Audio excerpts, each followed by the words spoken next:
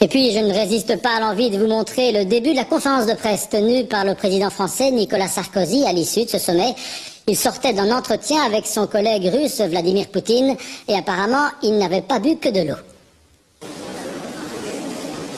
Mesdames et messieurs, je vous demande de bien vouloir excuser mon retard, qui est dû à la longueur du dialogue que je viens d'avoir avec M. Poutine.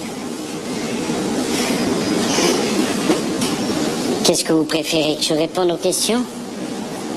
Alors, y a-t-il des questions? Ici?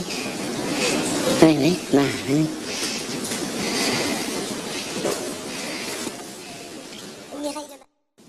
C'était franc, puisque nous avons évoqué tous les sujets, la Tchétchénie, la journaliste, les droits de l'homme, les droits des homosexuels.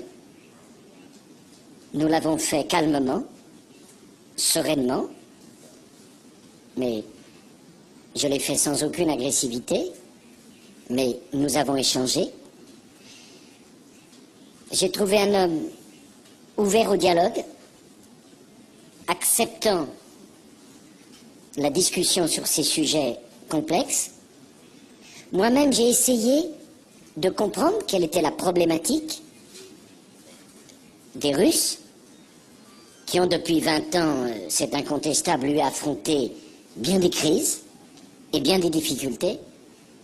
J'ai dit au président Poutine que l'Europe ne voulait pas isoler la Russie. D'ailleurs, comment isoler un pays grand comme un continent? Que la France souhaitait avoir un véritable partenariat de confiance et d'amitié avec la Russie, et que la France voulait rassembler les énergies et en aucun cas diviser. Bon, je crois pouvoir dire que ça s'est bien passé, puis ça a duré beaucoup plus longtemps qu'il n'était prévu. J'ai trouvé un homme très au fait de ses dossiers,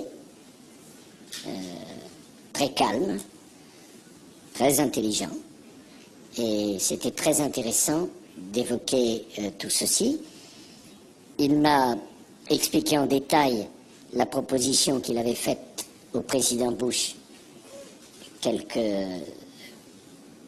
dizaines de minutes auparavant, s'agissant de l'affaire du radar et des missiles, et je lui ai proposé que des experts militaires français et des experts militaires russes se réunissent pour voir ce qu'il en était. Bon, je dois vous dire que j'ai eu beaucoup de plaisir et d'intérêt à parler avec le président Poutine.